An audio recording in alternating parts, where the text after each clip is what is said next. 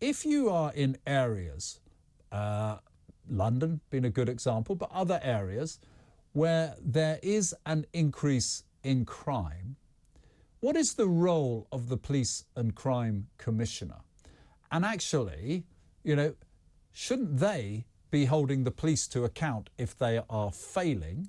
In particular, when you look at some of the examples of police failings that have been going on, that's one thing. But generally, if they are failing in their areas, who is it to be held to account? You as a, well, not you, but a former police and crime commissioner? Would it be the police and crime commissioner? Or how else could the system work so we voters can see some accountability? Well, I was actually a poacher, become gamekeeper, because I was also a senior police officer in the Metropolitan and City of London Police. You were former head of anti-knife crime initiative as well, weren't Correct, you? Yeah. I mean, the actual role of a police and crime commissioner, and they are politically elected, although I was an independent in the staunchly Tory county of Surrey, is really three jobs. The first is to hold the chief constable to account on the delivery of the police and the crime management plan, really, for the county. Secondly, it's to decide on taxation and oversee the spending of funds allocated to policing by the chief constable. And thirdly, and this is one that people forget, is to mobilise the efforts of all the borough and district councils, county council, to work collectively towards managing crime and disorder in the county. So if a police and crime commissioner is doing their job properly, that's what they should do. Okay. Now, so as to who should be held accountable, the person who's actually, if you like, accountable for spending the budget correctly and for delivering against crime is in fact the chief constable or the commissioner of the police, because the police and crime commissioner is really the vox populis, the voice of the public, and it's their job to ask questions. That said, of course, the police and crime commissioner has got a big job to play in getting other people to join in. I mentioned the borough and district councils, but also probations, prisons, work with judiciary and Crown Prosecution Service, work as a collective.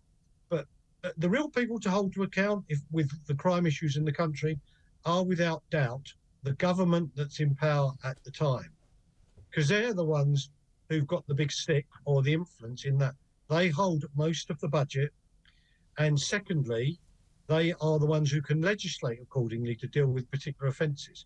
Well, and the important thing about the budget is they hold the budgets for the courts, the prosecution, the prisons, the judiciary, probation, and drug rehabilitation. So if that budget is not forthcoming, and a further point, they hold the budget for mental health care, where those terrible murders in Nottingham. Steve, let's thank you for thank you for sort of outlining that. But if I come back to this point, there is a huge level of frustration with certainly crime. In that list of responsibilities, shouldn't we expect from our police and crime commissioners these days for them to be holding the government to account? Now, we often see backbench MPs of either party chastising the government if they think they're letting things down or letting them slide, regardless of which party they're on. You know, the police and crime commissioners, they have unique access, don't they? They get a hearing at the Home Secretary. How successful is our whole police and crime commissioner structure? Because if they're not doing that, I'd say they're failing. Well, you are absolutely correct in that particular role. And when this role was first conceived of, it was to be influential people in counties who would do just that. The problem you've got is, despite the fact that most of the public, when they were surveyed, said they didn't want a police and crime commissioner to be a person formally involved in politics, virtually every police and crime commissioner in the country are former members of the two main political parties. Most of the police and crime commissioners in the country are Conservative. So you are not going to see them turning against their government and publicly articulating their concerns. That said, in the first iteration of police and crime commissioners in 2012, nearly a third of them were actually independents. And I, in 2015, led a national campaign to say to government, you cannot keep cutting police, the courts, the prosecution service. And the net result of it was, in the midst of austerity, they actually stopped funding cuts. But it's not going to happen when most of your police and crime commissioners are from the Conservative government, or the Conservative Party, which is the government of the day. Okay, they simply won't. So it's not a healthy situation, and the argument would be if voters notice that, they should vote accordingly. But can I bring you back to something a previous guest of mine was talking about, Sheldon Thomas, who runs a foundation effectively and has been quite, former gang member. He knows a thing or two about knife crime and offenders. He was talking, and we got into a little bit of detail here. I was pointing out that actually a lot of knife crime is in this case black on black. He was talking about it himself in London and other communities, and he said issues like the Violence Reduction Unit, where initiatives have been taken and were successful in Glasgow, he said struggle to be as successful in London, for example, or elsewhere, because the black community are quite hard to reach in terms of providing that all-encompassing public health approach that is based on the Violence Reduction Unit. Is that something you agree with? And is it something that you think can be dealt with by a different approach?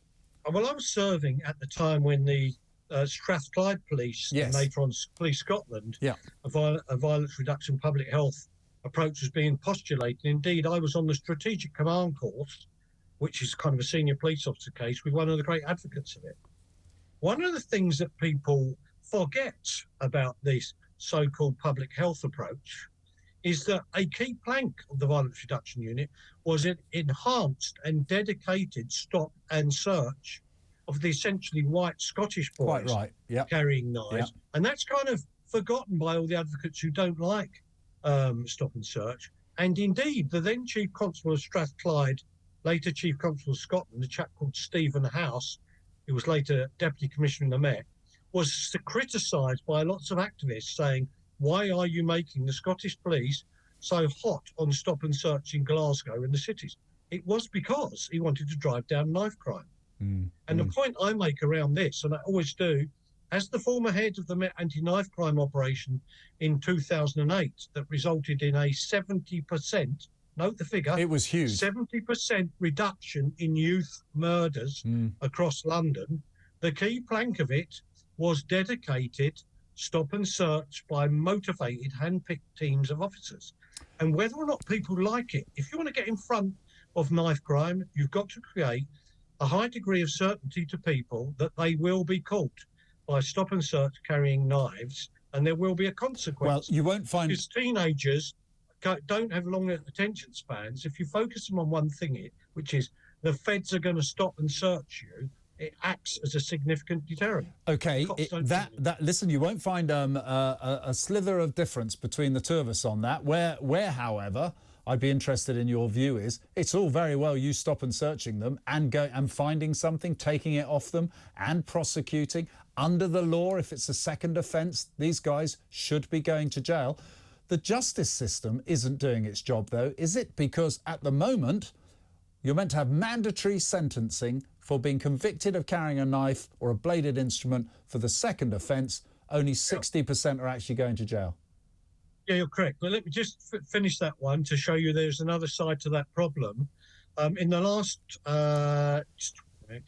14 years, there's been an 80% reduction in the number of stops and searches being carried out by the Metropolitan Police, because the cops, frankly, see there's no win in it personally for them to get involved in stop and search because of complaints, assaults, risking their job. But back to the justice system. The problem that the judges face is that what they can sentence on is constrained by a body called the Sentencing Council. Yes. And it has very strict guidelines, depending on the nature of the offence, aggravating or mitigating factors. But Kevin, sorry to interrupt you on this. It is it's a statute. It's a mandatory requirement to go to jail unless there are exceptional circumstances, and you go to jail for a minimum of 6 months. Or if you're at 16, you go to a youth offender unit, and I think it's actually only 4 months or maybe 6 months, can't remember now. It's a mandatory. There should be no debate about it. With the point being that the caveat is that the sentencing council then say you can apply either aggravating or mitigating circumstances, and therefore the judiciary, whether it's youth magistrates, district courts, or the higher courts, Crown courts, the judges will apply these factors, which sadly result in these cases where people who quite clearly could do with a bit of bird or time in youth custody should receive it. And that's the real challenge here. I do think the justice is at the end of it. The justice system is letting us down. I mean, there's no deterrent. That's the problem. And of course, the deterrent is the certainty or close certainty of being stopped and searched, and then a significant sanction at the end of it. And unless it's as stark as that, people are going to continue to do what they do.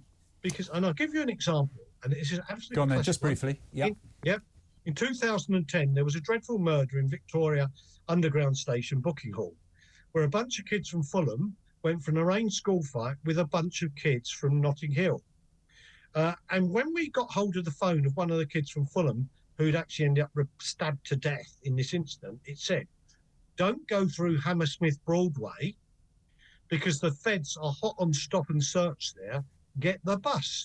So you've got kids going for a knife fight, saying to each other, don't go through Hammersmith Broadway, where the police had a reputation in Hammersmith and Fulham at that time to be very robust on stop and search. The real face... No, the answer is clear what you're saying about stop and search, and we have too many people advocating against it.